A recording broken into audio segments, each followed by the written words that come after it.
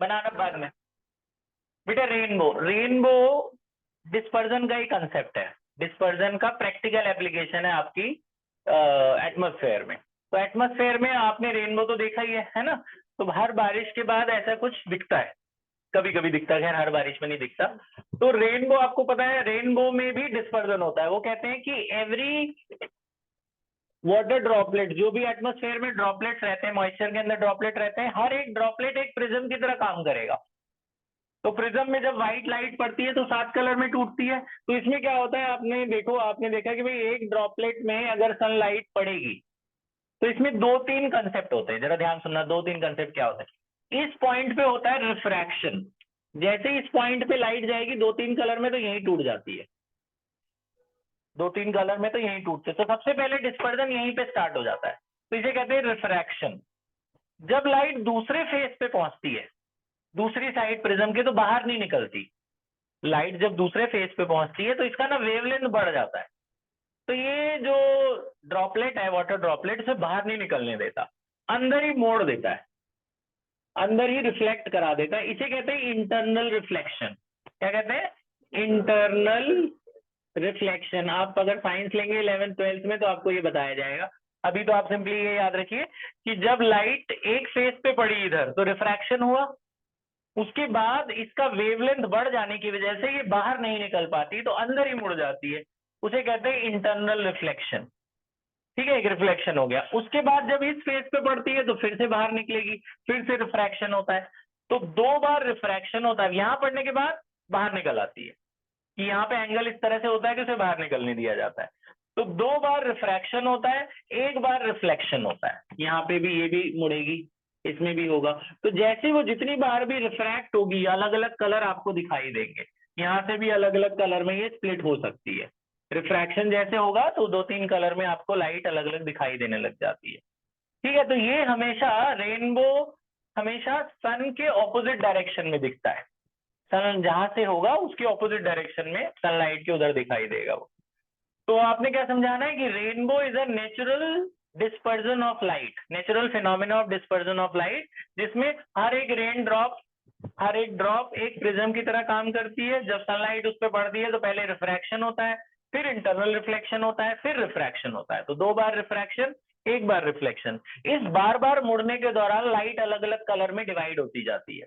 तो अलग अलग कलर हमें स्प्लिट होने के बाद रिफ्रैक्शन रिफ्लेक्शन की वजह से डिस्पर्जन होता है। इन 2 बार रिफ्रैक्शन हुआ तो डिस्पर्जन होगा, तो आपको वो बड़ी दूर तक दिखाई देता है। वो सारे के सारे रेन ड्रॉप्स जो है वो सब डिस्पर्जन कर रहे हैं, तो उसमें अलग अलग कलर स्प्लिट होके दिखाई देते हैं। तो दिस इज कॉल्ड रेनबो।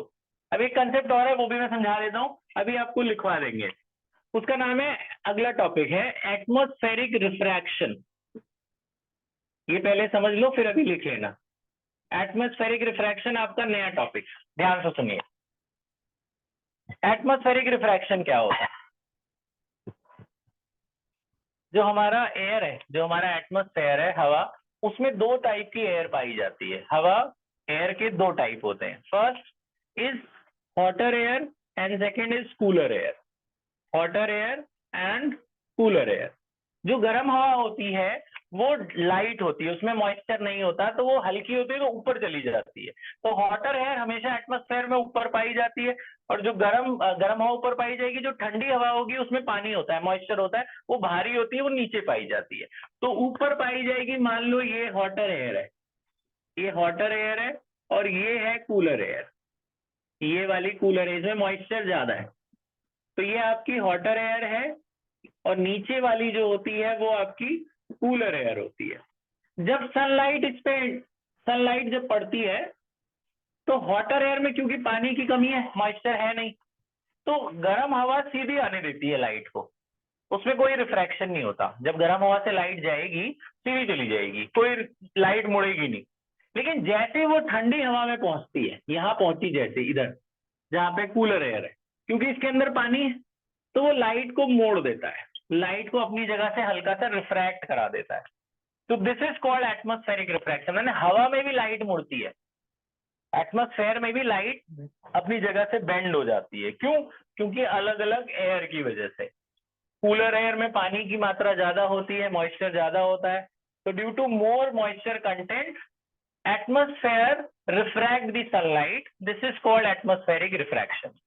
ठीक है, इसकी वजह से बहुत सारी चीजें होती हैं, जिसमें से हमारे कोर्स में 2 चीजें हैं, वो अभी आपने लिखना है, फिर मैं समझाऊंगा। एक ट्विंकलिंग ऑफ स्टार्स, ट्विंकल जो होते हैं स्टार, वो इसी की वजह से होते हैं। और दूसरा है advance sunrise and delayed sunset. Advance sunrise and delayed sunset, ये मतलब मैं ये इसलिए बता रहा हूं क्योंकि कई बार एमसीक्यू में ऐसे टॉपिक लिख देते हैं और बोलते हैं कि भाई ये कौन से फिनोमेना से हुआ, और ऑप्शन दे देते हैं। तो ये दोनों एटमॉस्फेरिक रिफ्रैक्शन की वजह से होते हैं। रेनबो किसकी वजह से होता है? डिस्पर्जन की वजह से होता है। समझे, ये अलग कंसेप्ट है, ये अलग कंसेप्ट है, आपको उसके अंदर के पार्ट्स याद रखने। तो ये किसकी वजह से होता है? डिस्पर्जन की वजह से। और तारे चमकते हैं और सनराइज एडवांस और डिलेड, ये भी बता रहा हूँ आपको, ये दोनों कंसेप्ट एटमॉस्फेरिक रिफ्रैक्शन की वजह से होता है। तो आप नया टॉपिक डालिए, एटमॉस्फेरिक रिफ्रैक्शन। पॉज कर दो बेटा।